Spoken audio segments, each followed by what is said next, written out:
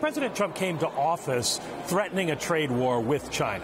But instead, you've got the Chinese at the Treasury Department now negotiating on trade. Can we give the administration some credit?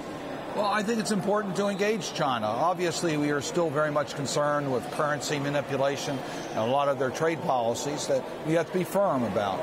But I think engaging China is the right thing. We know we have a relationship where both countries can benefit. We want to improve that trade relationship, but we want it to be on a level playing field. So if the president's tough, and as part of this, we deal with currency manipulation and deal with some of the other issues that China has used unfair tactics against American companies, all the better. Hanging over all these talks, North Korea. Do you think it should be coupled to trade? Should there be some sort of quid pro quo? No, I don't think the trade issue should be coupled with North Korea. North Korea is a national security threat, not just to the United States and not just to our allies in the region, but to China itself. We need to have a united position because of what North Korea is doing, and it's not related to whether they get a trade concession or not, and make it clear that China's national security is just as much at risk as the United States. Also hanging over the talks, the potential for steel and aluminum sanctions.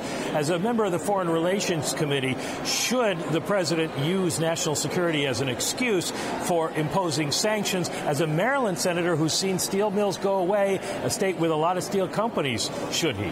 Well, clearly the United States has been victimized by unfair trade practices in steel. There's no question about it. Just look at Maryland and you can see the consequences of those faulty trade policies and the failure to have a level playing field.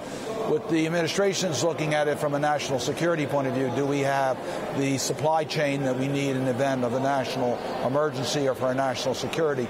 That's a rather narrow window to take a look at the steel issue. I would hope we would have a broader view to make sure that those countries, such as China, that are overproducing and leads to the dumping and other types of unfair trade practices, whether we have a real plan to make sure there's stability in steel manufacturing, including here in the United States.